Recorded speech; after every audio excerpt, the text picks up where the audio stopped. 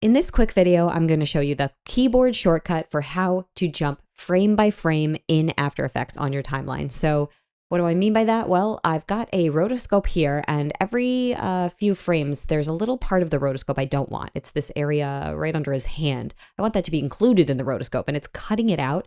So what I really need to do is go through my whole animation and paint it out of each frame. And I don't want to miss any of the frames. So that's why I need to go frame by frame. And the keyboard shortcut is pretty simple. Like I said, I am on Windows, so I'm not sure if this works on Mac, but on Windows, the shortcut to go frame by frame is Control, and then you're going to hit your right or left arrow keys on your keyboard to move forward or backward. So right will move you forward in time and left will move you backwards in time. So right now I'm holding down Control and then I'm pressing the right arrow key and I am moving through my animation. And here I see the first spot I need to fix.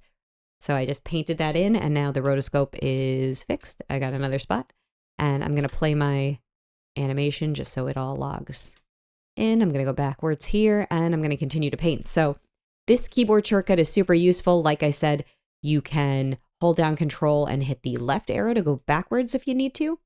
And if you really want to zoom in on your timeline to see each frame, you can hit the colon or semicolon key on your keyboard.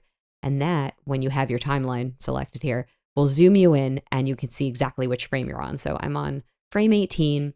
If I want to go to the next frame, I hold down Control and hit that arrow. Now I'm on 19 and so on. So this isn't so bad. I do see a little purple here I want to paint over.